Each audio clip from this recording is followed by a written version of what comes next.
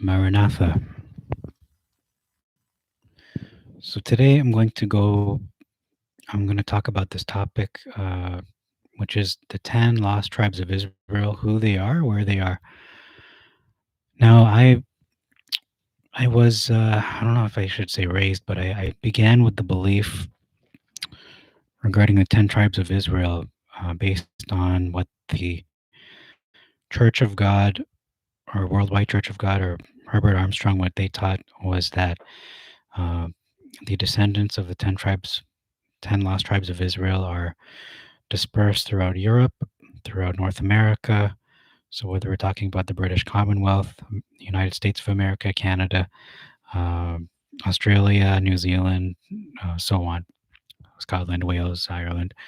And there's a lot of evidence to make that argument. So I'm not going to talk about that and try to refute it. I'm only going to be open to the possibility that it could be, if not extended to, perhaps another group altogether. So we're going to look at the potential for the 10 Law of Israel to be different than what the Worldwide Church of God had taught. So I'm reading from TempleMountFaithful.org. This article is called The 10 Lost Tribes of Israel. I'm just going to read it as it is. So the Faithful movement is calling the government of Israel to urgently regather the 10 lost tribes that have been discovered to their original homeland in Samaria with no delay. This needs to be accomplished before the United Nations Organization and the European Union declare their end-time plan to establish a foreign homeland of the 10 lost tribes from where they were exiled. The regathering of the 10 lost tribes of Israel is part of the exciting redemption of Israel that we are currently experiencing and was prophesied by the prophets of Israel as a major feature of the end times. And the Faithful movement continues her intensive work to fulfill it as an important step towards the building of the third holy temple in the lifetime of our generation. So you could even add this to the bingo card in my last video, the returning of these 10 lost tribes to the land of what is geographically Samaria. The 10 lost tribes of Israel were the original inhabitants of the kingdom of Israel, the northern kingdom. They dwelled in the area of ancient Samaria. In the year 721 BCE, the 10 tribes of the kingdom of Israel were exiled from Samaria to the far provinces of the great power at that time, the Assyrian kingdom. So the Bible shares with us which areas they were exiled to. It says in 2 Kings 17, I'm going to look these up. There's only 3 scriptures. I'm going to look those up for you. We'll read them live on the stream. First one is 2 Kings. I have 8 tabs here. It's going to take me a while. It may take 8 hours to get through the stream. I don't know. 2 Kings 17:6. So far, we're on the first tab. 2 Kings 17:6. Let's look at that first.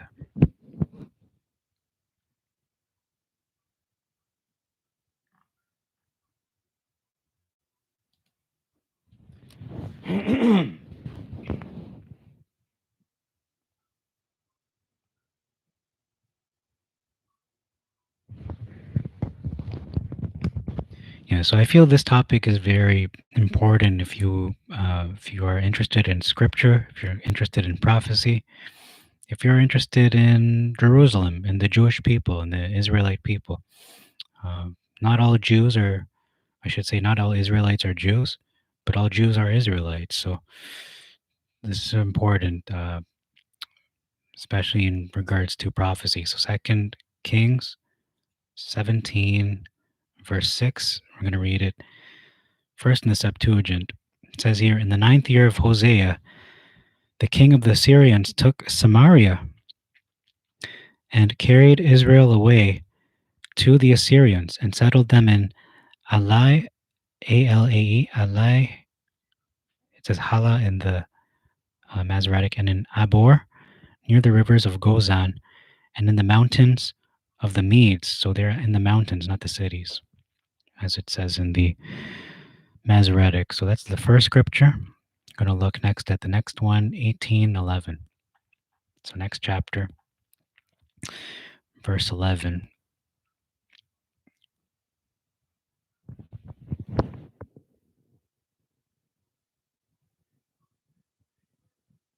The Assyrians carried away the Samaritans to Assyria and put them in Alai, or Alai, and in Abor, by the river of Gozan and in the mountains of the Medes. So again, mountains, but they're both in the Medes territory. Just one's in the mountains, the other is in the cities.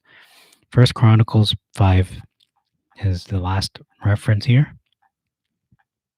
at least in this paragraph. So First Chronicles 5, talking about where they were exiled.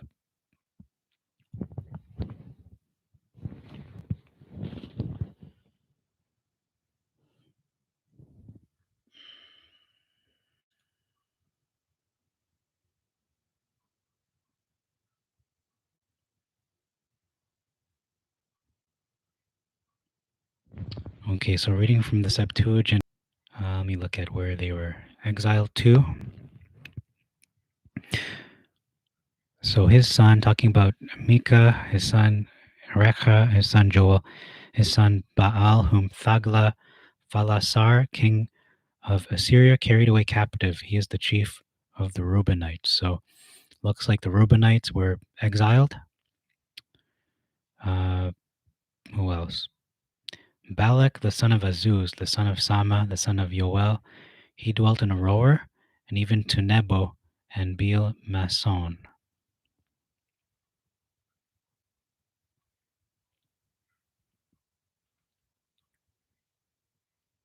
The sons of Gad dwelt over against them in the land of Bashan, even to Selah.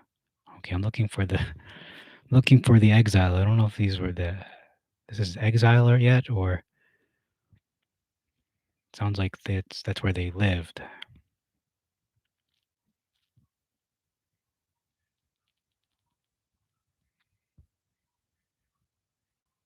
Or their captivity. Okay.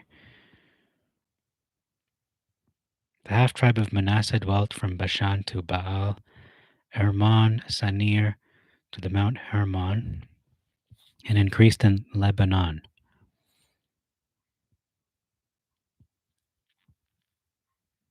Okay, here, verse 26 says, the spirit of Phalak, king of Assyria, the spirit of Thagla Phalasar, king of Assyria, carried away Reuben and Gadi, pretty much that's Gad, but Gadi, the half tribe of Manasseh, and brought them to Cha'ach and Chabor, and to the river Gozan, until this day. So that's where they were moved. So where is that geographically speaking? Let's go back to this article on Temple Mount Faithful. It says, the names of these areas exist until today in both Afghanistan and Pakistan. During the 20th century, intensive research commenced that started the process of identifying the 10 lost tribes, which greatly increased after the establishment of the State of Israel in the year 1948. So they were exiled. And it says here, during the time when the tribe of Judah was exiled to Babylon, the efforts continued until today. So the inhabitants of Judea were taken into exile by the Babylonians after the destruction of the first Holy Temple in the year 586. So that's the destruction of Solomon's Temple, 586. But if we look at when the 10 lost tribes were taken to captivity, that was 721. So that is roughly, how many years is that? About 200 years before the destruction of the first temple. Or around 200 years. So after 70 years, the inhabitants of the tribe of Judah were regathered back to their land in the year 516 BC. They built the second holy temple on the same location of the first temple, on the holy Temple Mount. The tribes of Judah and Benjamin were exiled again after in the year 70 CE by the Romans, and yet again by the Arabs who occupied the land in the year 638. So about 600 years later, they were that land was occupied. Altogether, they were spread to the four corners of the earth. During the 19th and 20th centuries, the tribes of Judah and Benjamin began to be regathered back to the land of Israel and continue the process of regathering until today. However, a portion of the tribe of Benjamin that dwelled in the northern part of the area of Benjamin was exiled together with the 10 lost tribes. The two tribes of Judah and Benjamin reestablished the state of Israel in the year 1948, and I believe Levi is part of that as well, and some say Simeon too. The promises of the God of Israel concerning these two tribes have been fulfilled in astonishing ways, and I do believe, yeah, partly is true. Just that, just based on the fact that they're back in the land of Israel. Not everyone, but at least Judah, at the very least. So, since the 10 lost tribes were exiled, they seem to disappear, and nobody knows where they are. But as was stated earlier, the Tanakh, or Holy Bible, Old Testament, shares with us which areas they were exiled, and I just read them from the Septuagint. Yet these locations were not known um, in those times. Today we know those areas.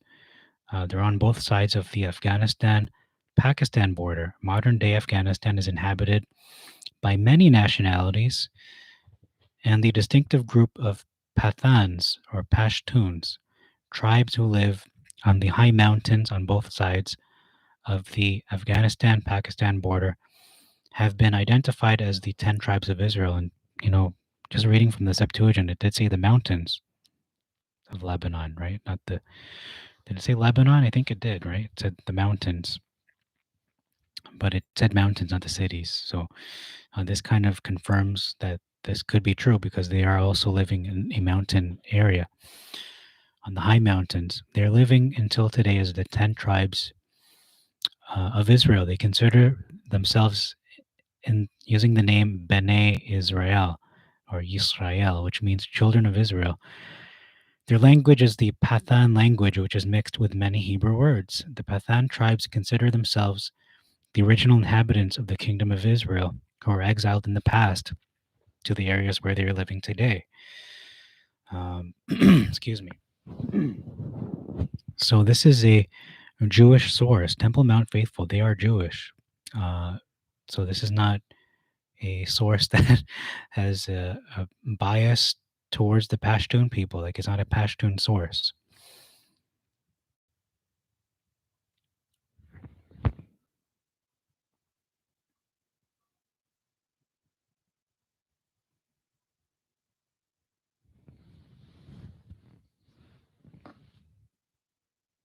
Okay, so it's a prophecy talking about how these tribes will be reunited.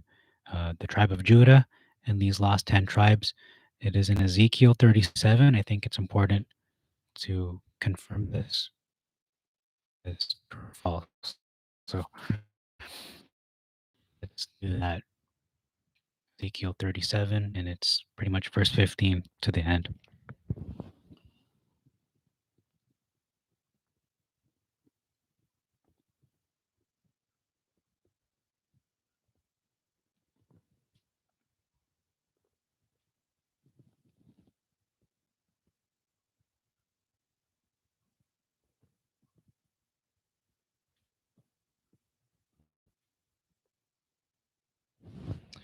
Okay, so do Ezekiel 37:15. Okay, let's get that. Ezekiel 37.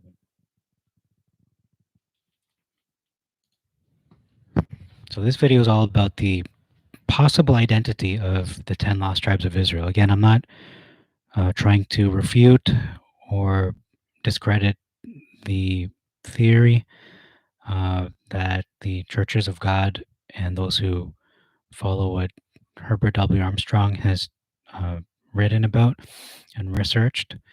That is very interesting as well. And I'm not saying it's right or wrong. I'm simply, Son of Man, take for yourself a rod and write upon it Judah and the children of Israel, his adherents. You shall take for yourself another rod, and you shall inscribe it for Joseph, the rod of Ephraim, and all the children of Israel that belong to him. So one rod for Judah, one for Ephraim. I should say Joseph. You shall joint them together for yourself, so as that they should bind themselves into one stick, and they shall be in your hands. So are they one stick or two? Well, technically they're two, but when you bind them together, they become one. It shall come to pass when the children of Israel, your people, I should say, when the children of your people shall say to you, Will you will you not tell us what you mean by these things? Um, then you shall say to them, Thus says Yah, behold, I will take the tribe of Joseph, which is in the hand of Ephraim, and the tribes of Israel that belong to him.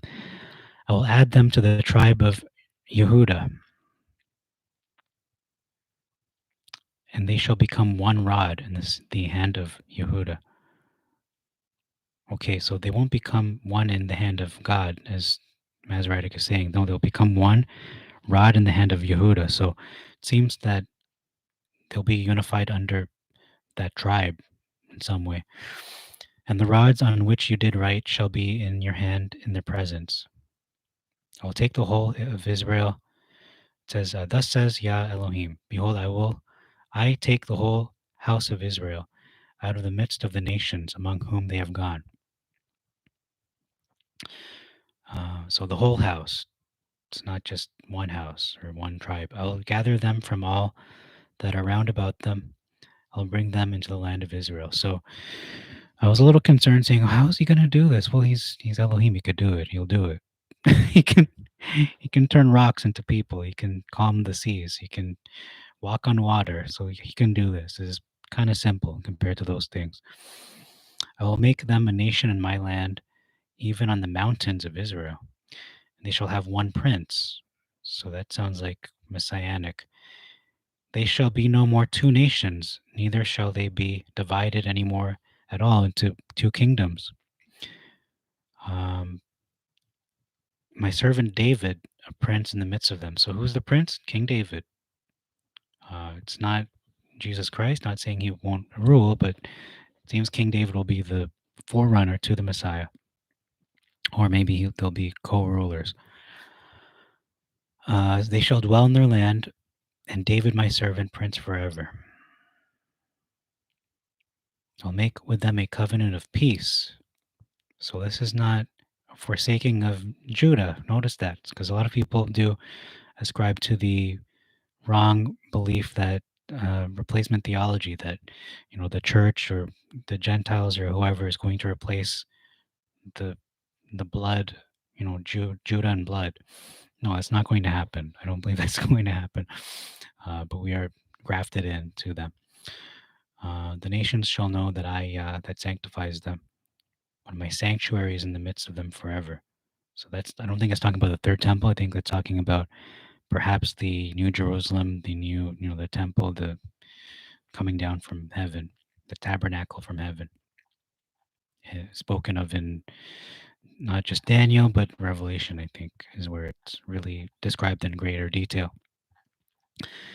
So, yeah, this is definitely, it sounds like these 10 tribes, whoever they are, whether it's, Britain and America or it's the Pashtuns or whoever, they will be made known in that time when King David, or maybe even the time before he returns uh, to become the king, the prince over Israel. Okay. So I'm going to finish up this first tab of 8. An ancestor of Gershon Salomon was Rabbi Avraham Shlomo Zalman, who made Aliyah from Lithuania. He arrived in Jerusalem in the year 1811. He was 26 years old. He heard the call of Elohim, leave the exile, go to the land of Israel with your wife and 3 small children. He was considered the first Zionist of the Jewish people. When he arrived in Jerusalem, he started his activities. His goal was to restore and replant the land that had become a forsaken wilderness since the Roman destruction in 70 CE or AD. Um, okay.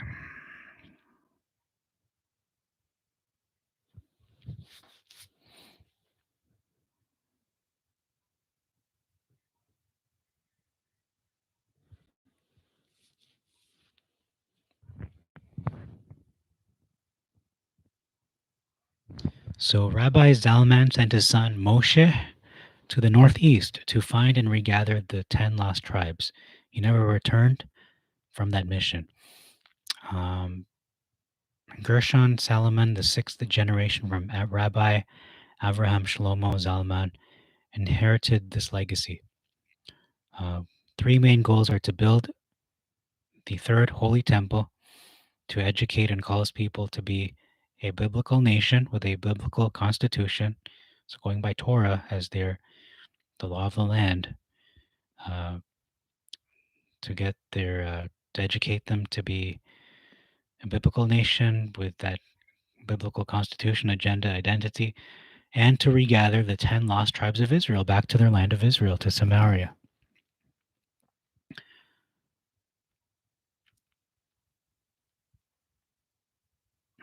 Okay. So it says here the 10 lost tribes were exiled and who they are. So sources spoke about the Pathans or Pashtuns who live today on both sides of, again, the border of Afghanistan and Pakistan. They are still living as 10 tribes with their original names. For example, they call the tribe of Ephraim Afrawi. The tribe of Gad is called Gadawi. We read it in Septuagint as Gadi, so Gadawi and Gadi is very much close, and so on.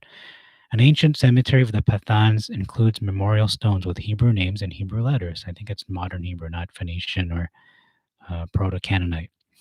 Like the Jews in Spain that were forced by the Spanish Inquisition to accept Christianity, the Pathans were forced by Muslims to accept the Islamic faith.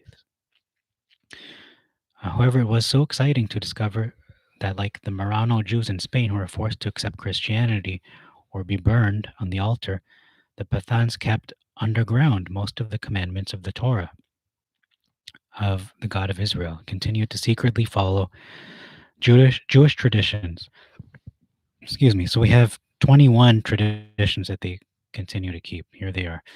Number one, they grow beards and side curls. Number two, they wear daily tzitzit, phylacteries, and talit. I think tzitzit is actually the fringes, but okay. But the talit is the French prayer shawl.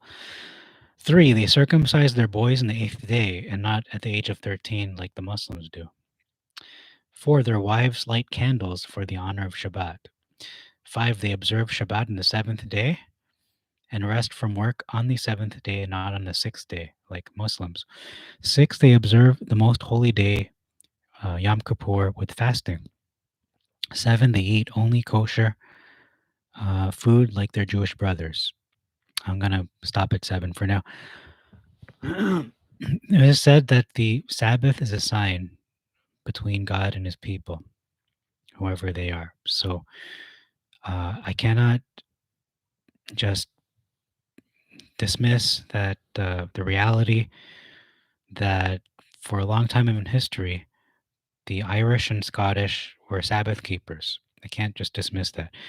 I cannot dismiss as well that the Seventh day Adventists, the majority of them, and Messianics, people who keep the Sabbath, are in United States of America. I can't dismiss that either. So there is an argument to be made that for America, Britain, and those nations to be descendants of Abraham. There certainly is. So, because the Sabbath is a sign, and if it's true that what is being written here, the Pashtuns keep the Sabbath and the seventh day, that is actually true. That is proof as well for them. Uh, Number eight, the Pathan wedding is like a Jewish wedding. Number nine, they pray with their face in the direction of the land of Israel and not toward Mecca. 10, they honor their fathers and mothers according to the fifth commandment. 11, they pour blood on the lintels of their doors, as the Torah commanded the children of Israel to do. It should say on Passover, but it doesn't say that. I'm assuming that's when they do it. Number 12, the Pathan women observe the Torah law relating to the nida menstruation, the time of the menstruation. That's a big one actually. Might seem minor, but I think that's actually a pretty big one.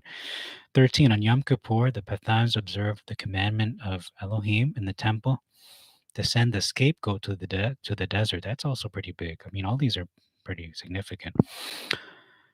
It's one thing to just read it. I don't know if these are actually true, but I'm just gonna give them benefit of the doubt for now, unless proven otherwise. 14, the Pathans observe many laws of the Torah, for example, keeping cities of refuge. 15, many laws of the constitution of the Pathans are as those in the Torah and Tanakh. And I have to also insert there a lot of the American Constitution and Declaration of Independence were kind of founded on biblical Judeo-Christian values as well. So that's an argument for the Americans too. So you know what? It's hard to say either case. Maybe it's both. Maybe both of them are kind of related to Israel. Who knows? I mean, perhaps Israel is a lot larger than we think. It's not just Americans or it's not just the Pashtun, but it's both. Perhaps. Uh, and I believe there's also links between the British royal family and the the lineage of Judah as well. Okay, 14. The Pathans observe. Okay, I read that already. 16. Many, I should say, healing by the book of Psalms. When somebody falls, the Pathans take a book of Psalms, cover it, and place it under the head of the ill person. That sounds that sounds to me a little superstitious, so I wouldn't be promoting that one. Verse 17.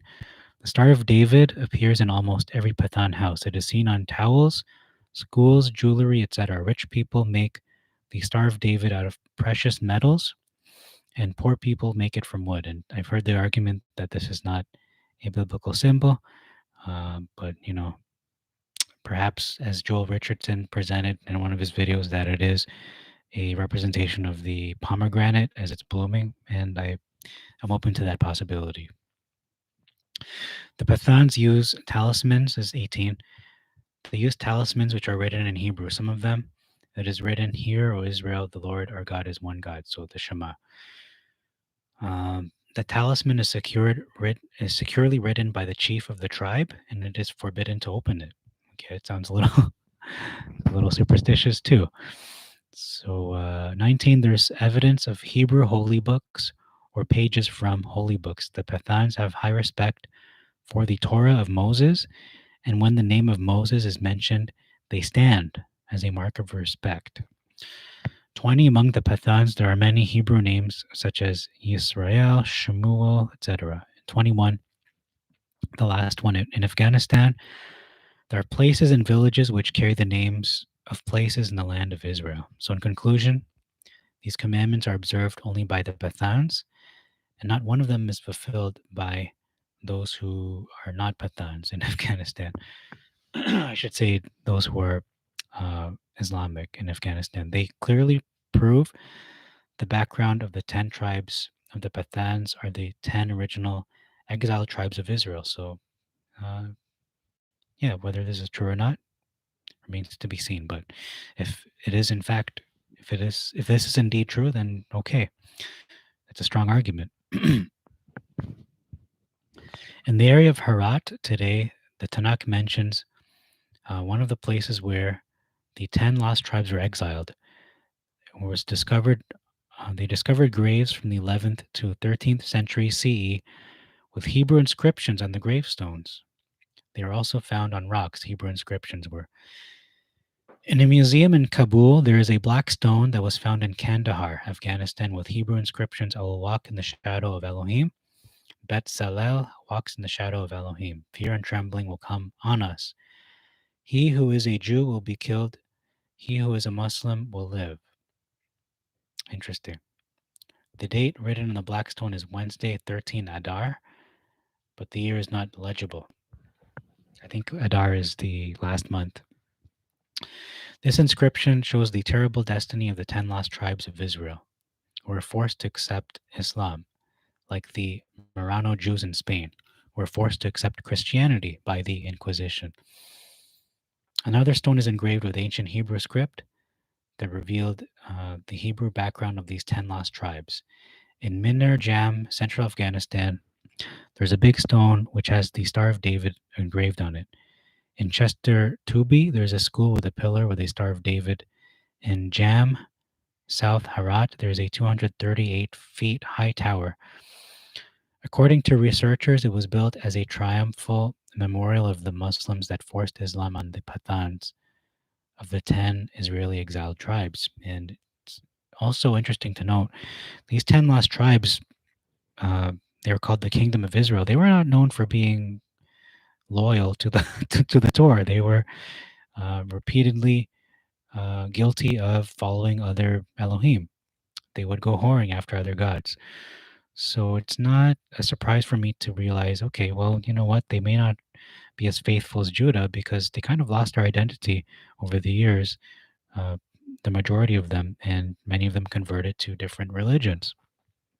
Judah, for the most part, has kept true to uh, its traditions and even their man-made traditions as well. But overall, they are a lot closer than the 10 lost tribes, who, for the most part, don't even know who they are, except for possibly these Pashtuns. So many messengers and researchers and travelers in the Middle Ages who wanted to look for these 10 lost tribes, they wrote in their reports about the Hebrew background of the Pathan tribes or Hebrew ancestry. Evidence about the Hebrew ancestry of the Pathans exists in ancient Afghani chronicles and additionally in writings of modern Afghanis. Jews from Afghanistan who made Aliyah to Israel brought with them substantial evidence of the Hebrew origin of the Pathan 10 lost tribes. So it also says here, descendants of the tribe of Manasseh were identified in northeast India. So I have heard that before. Possibly, I don't know. I really don't know.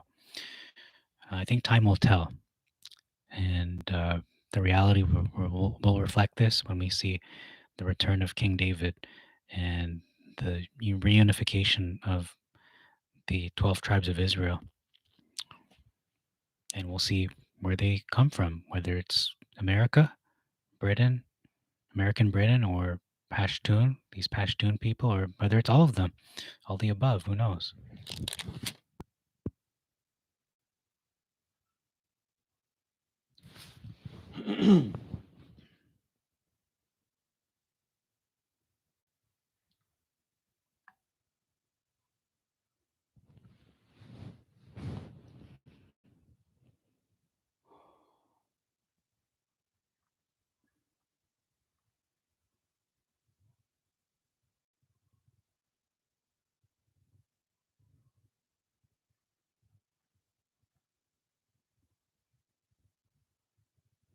Okay, so that's all for that article. That's the first tab of 8. So I'm going to go to the next tab, which says here Jewish Baba, Pashtuns, and other lost 10 tribes of Israel today. So I'm going to just scan through it. It shows a map here of original Assyria in line with the Hittite Empire, Mitanni, and Babylonia, and the Assyrian Empire below. So I'm looking at it here. I can see Egypt, and then just along the border there is Tyre. Looks like I think Israel's right there. Geographic Israel, Hittite Empire, Mitanni, Nineveh, Assyria, Babylonia is right underneath. So I think Babylon is known as Iraq today. Okay, so it seems that's a map. Okay. Assyria's empire in the Middle East. In the end times, the 10 lost tribes of Israel should appear, and indeed they have been. It was back in 722 BCE, 2,737 years ago. This was written in 2015, so you can add 6 years to that. So 200, add 6 to that, 2,743 years ago now. Assyria attacked Israel and carried off the young people. Just the young people? Okay, well, carried off people into captivity. So King Solomon died 922 BC, according to this article. And it was very bad because Israel was then divided into two states or kingdoms, Israel and Judah. I'm going to fast forward a little bit here to the meat of it.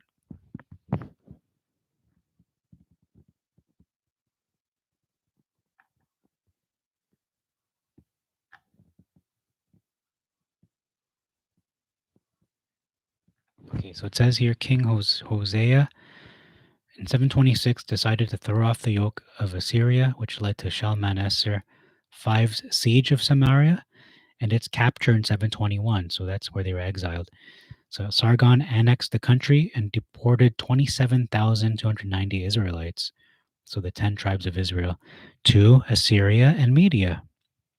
So it sounds like Persia and what's Assyria today? It's hard to say, really. He replaced them with Assyrian and Babylonian prisoners. The state of Judah was ravaged, but King Hezekiah was able to hold out. Okay, let's just get to the meat of this. And then they exiled many Jews to Babylon, which is essentially Iraq. So today we have DNA.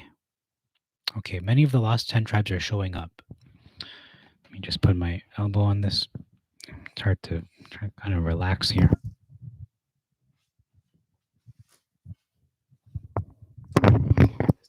Okay.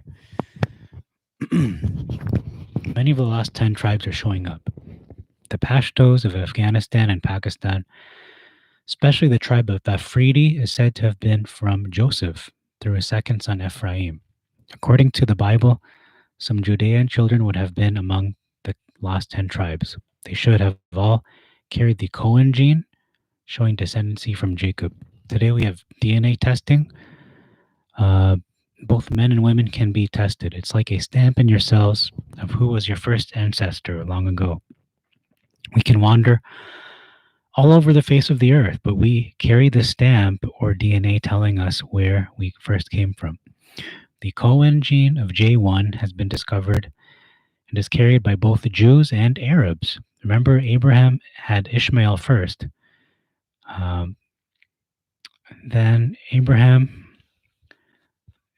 wife, Sarah, had Isaac, father of the Jewish people, actually the Israelite people, more specifically. Okay, because Isaac and then Jacob was the father of who was Israel. It says Aaron, the brother of Moses, was chosen to be priest. Okay, 2,000 years, we still find 50% of the Cohens in the synagogue carrying the J1 DNA.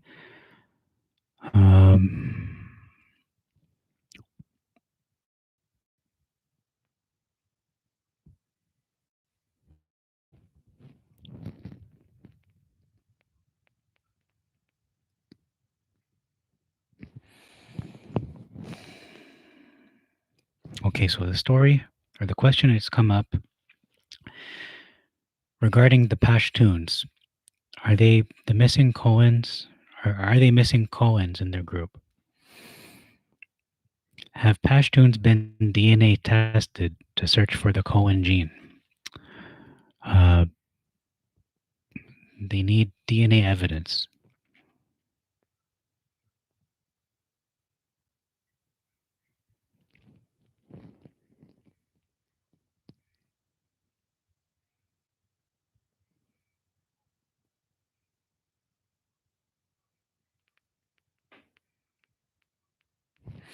Okay, so they're using DNA evidence to prove whether they are the 10 lost tribes or not. I'm just going to get to the conclusion. I don't want to go over this for too long.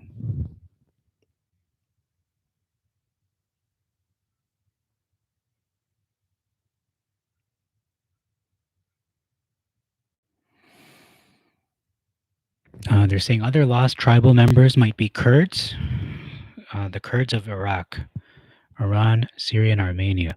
7,000 Kurdish Jews have already been brought to Israel between 1948 and 1950. We know that the royal house of Adia Bene in ancient Kurdistan converted to Judaism 2,000 years ago. They have been DNA tested, and the result was it doesn't appear to have had considerable effect on the Y chromosome. pool of the Kurdish Jews. What they did find was Arab Kurds and Jews have only distant genetic links. Okay.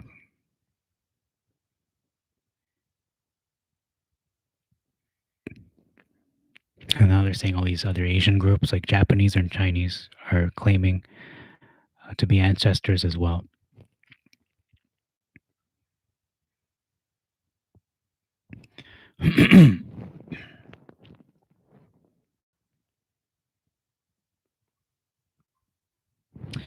And then the last update here in this comment, or I should say in this article, it says from jewishbubba.blogspot.com, the Pashtuns who claim Israelite ancestry, in fact, claim to be descended from a regular Jewish Benjamite community in Khorasan, eastern Greater Iran, which is, I think that's a place tied in with the Islamic prophecy about the black flags of Khorasan.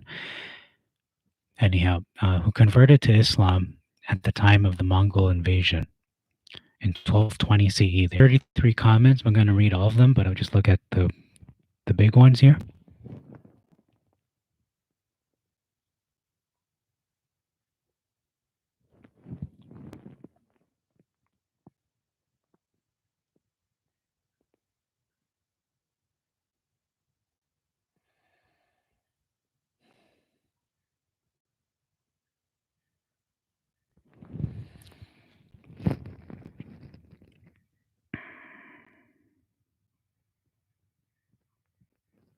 One commenter says they're an Iraqi Jew and they have a folklore. Centuries ago, there existed a large number of Jews who lived in the Pashtun region. They even had a king named Shaul, or King Saul. They were cut off from mainstream Judaism for a very long time and forgot their heritage. That kind of is corroborated by scripture, I would say.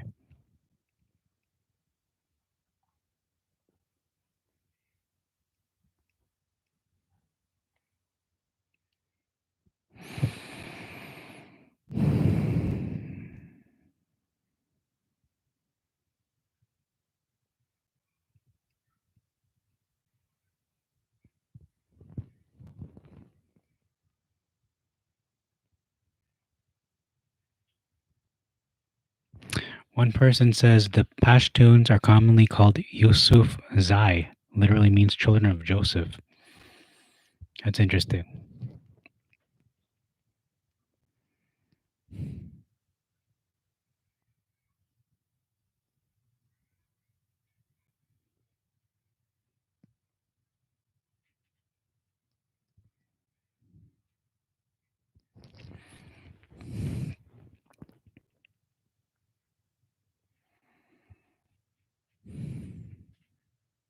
And it says Pashtun means Hebrew, so I don't know. I don't know if he's making things up.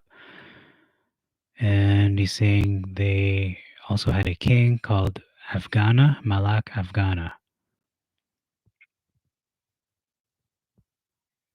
And in the Islamic writings, the Hadith of Muhammad, Pashtun means Hebrews. Okay. So he's just, a lot of facts are being thrown, or maybe not facts, but speculations. A lot of information is being thrown out there. And I cannot confirm or deny any of these. And there's this code of honor called the Pashtun Wali. A code of honor of the Pashtun people known as the Pashtun Wali is a set of rules and laws to live by, which include many similarities to the Torah, the book of the lost tribes.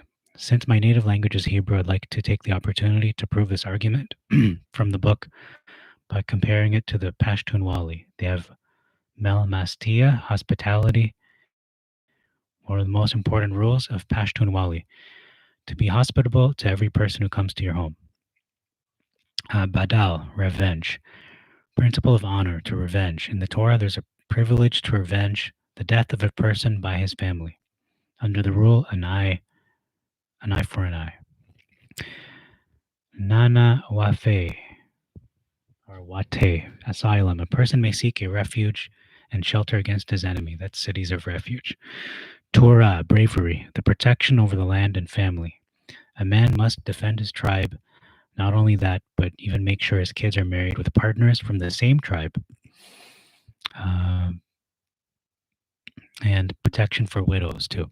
Sabat, loyalty to your tribe and family. In the Torah, we find that loyalty is mostly for God and the commandments. Lemandari, righteousness, behaving in a respectful and decent way. Istekamat, believe, trust in God. Gairat, gairat, courage, demonstration of respect. So, for instance, Dina, who was raped, the brothers murdered the rapist and the town's residents in response. Na'amus, women's respect. Uh, honor your mother and provide your wife for food, clothing, and sex. To say it, intercourse. And if a man who has raped a girl, he must marry her in order to protect her honor and pay her father compensation, which is honorable when you think about it, trying to right the wrong. Nang or Nang, defend the weak. This is a key role in the Torah. The widow, the orphan, and the stranger are vulnerable, and the protection of them must be taken into consideration. So that's a second tab of 8. I have 6 more to go through. There's a tab that I opened from Quora asking who are the Pashtuns. There's multiple pictures here. And this person responded, Afghanistan is multi-ethnic and mostly tribal. Sir Alexander Burns, in his travels in Bukhara, which was published in 1835, speaking of the Afghans, said, the Afghans call themselves Bani Israel, the children of Israel, but they consider the term Yahudi derogatory, or the term Jewish to be contemptuous. Nebuchadnezzar, after the fall of Israel, transplanted them into the cities of Gore, or Gore, near Bamiyan, and they were called after their chief in Afghanistan. They say that they lived as children of Israel until Khalid called them in the 1st century of the Mohammedans. Having declared the traditions and history of Afghans, I see no good reason to discredit them. Afghans look very much like Jews, and the younger brother marries the widow of the old man to strong prejudices against the Jewish. I don't know what he's talking about here.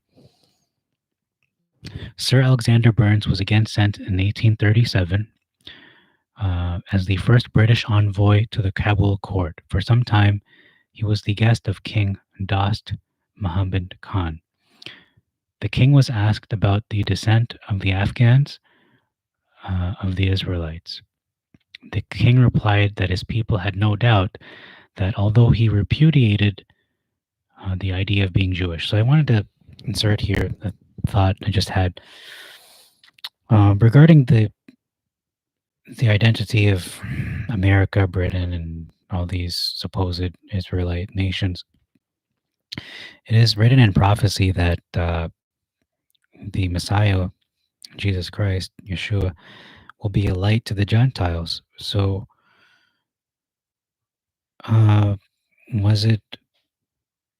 did they start keeping the law as a result of the truth he brought, or did they, in fact, move to, become the Celts and the Saka and all these different Scythians and such before Jesus Christ came to earth? That's an important question to address.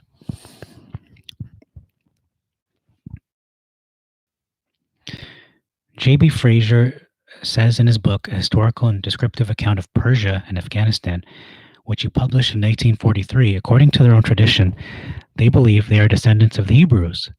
They preserved the purity of their religion until they met with Islam. Interesting. Joseph Pierre Ferrier wrote The History of the Afghans in 1858. Notice all these are the 1800s, a time when people were more scripturally centered and scripturally well-versed. It was translated by Captain W.M. Jesse. He also believed Afghans represented one of the 10 tribes of Israel. Supporting his point of view, he wrote a very significant fact. When Nadir Shah marched to the conquest of India, came to Peshawar, the head of the tribe of Z. Bibles among the Afghans would prove their remotely Jewish origin. And I'm going to add here The Irish also have the harp. They have the symbol of the harp, which they believe is, King David's instrument. Um, the Pashtun people who live in Afghanistan and Pakistan have common historical, linguistic, and cultural similarities with Jewish people. I'm going to say even fashion too. I mean, cultural is fashion.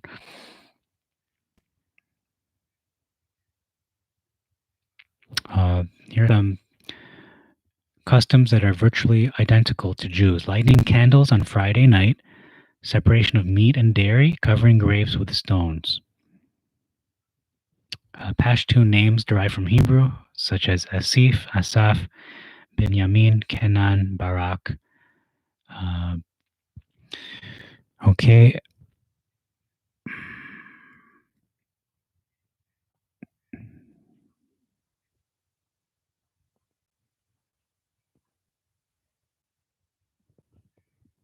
In Pashto, names of God are known as Kudai. In biblical Hebrew, God is referred to as El Shaddai. Okay, I don't know, it's kind of a stretch, but okay. The prayer shawl has a great resemblance to the Pashto Tolia, which means towel.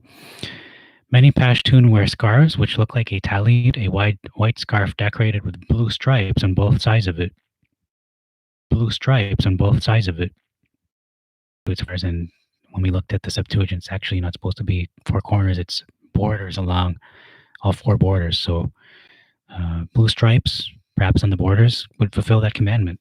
Technically, would fulfill it technically. Saturday is called Shanbai and Hebrew Shabbat, the holy day of the week. During Shabbat, Jews are commanded to abstain from labor. In Pashto, Sabbat means loyalty. Shanbai, on the day Shanbai, work is not allowed. Furthermore, Pashto and Hebrew prefixes originate from the ancient Semitic language Aramaic. For example, the prefix de, which used in Hebrew and Pashto literature, means from or of. Okay.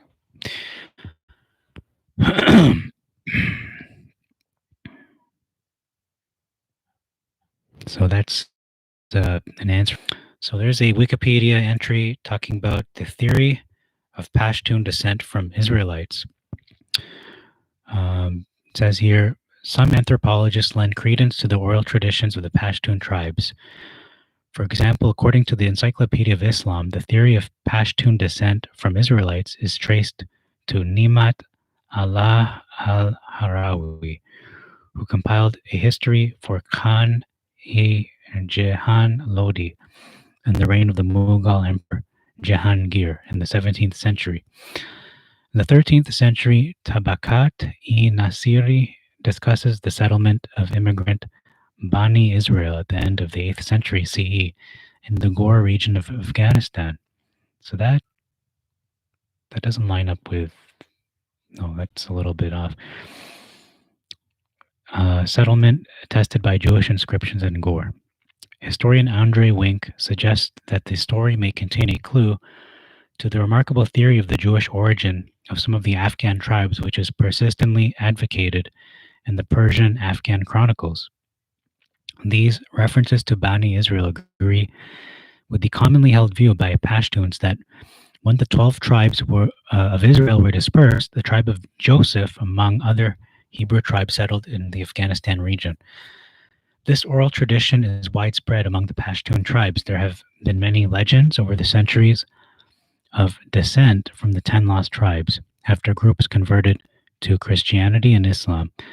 Hence, the tribal name Yusuf Zai in Pashto translates to the son of Joseph. So that's an interesting. That's being reiterated over and over in many sources. This Yusuf Zai, and it's got its own interest, and it's got its own entry as well. A similar story is told by many historians, including the 14th century Ibn traced to the presence of Arabic through Islam, and they do use the name Yusuf. One conflicting issue in the belief that the Pashtuns descend from the Israelites is that the 10 lost tribes were exiled by the ruler of Assyria, while Magzan-e-Afghani says they were permitted by the ruler to go east to Afghanistan. This inconsistency can be explained by the fact that Persia acquired the lands of the ancient Assyrian Empire when it conquered the empire of the Medes and Chaldean Babylonia, which had conquered Assyria decades earlier. But no ancient author mentioned such a transfer of Israelites further east, or no ancient extra biblical texts refer to the 10 lost tribes at all. But on the other hand, you do have evidence for the house of Omri, Bet Komri, mentioned in one archaeological artifact. So that's interesting too. Some Afghan historians have maintained Pashtuns are linked to the ancient Israelites. Mohan Lal quoted Mount Stewart, Elphinstone, relate that the children of Israel, both in Gore and Arabia, preserved their knowledge of the unity of God and the purity of their religious belief. That on the appearance of the last and greatest of the prophets, Muhammad, the Afghans of Gore listened to the invitation of their Arabian brethren, the chief of whom was Khaled. If we consider the easy way, with which all rude nations receive accounts favorable to their own antiquity, I fear we much class the descents of the Afghans from the Jews with that of the Romans, and the British from the Trojans, and that of the Irish from the Milesians or Brahmins. This theory has been criticized. Dr. Zaman Stanizai criticizes this theory. The mythified conception that the Pashtuns are the descendants of the lost tribes of Israel is a fabrication popularized in 14th century India, a claim that is full of logical inconsistencies and historical incongruities, and stands in stark contrast to the conclusive evidence of the Indo-Iranian origin of Pashtun supported by the incontrovertible DNA sequencing. According to genetic studies, Pashtuns have a greater R1A1A-M198 model haplogroup than Jews. Well, I mean, they're not going to be exactly the same, but they should have some relation. Some Pashtun tribes claim descent from Arabs, some claiming to be Saids. I think we're going to end there.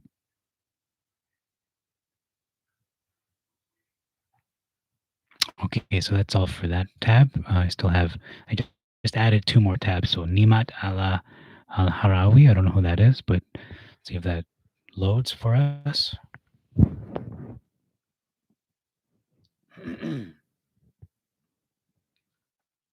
Possibility that 10 tribes are from Afghanistan and Pakistan, and are specifically the Pashtun people. So Nimat Allah al-Harawi, also known as Ni'amatullah, was a chronicler at the court of the Mughal Emperor Jahangir. So he wrote, he compiled a Persian history of the Afghans from the 16th century. The Makhzan-e Afghani. Its translated copies appear as the history of the Afghans.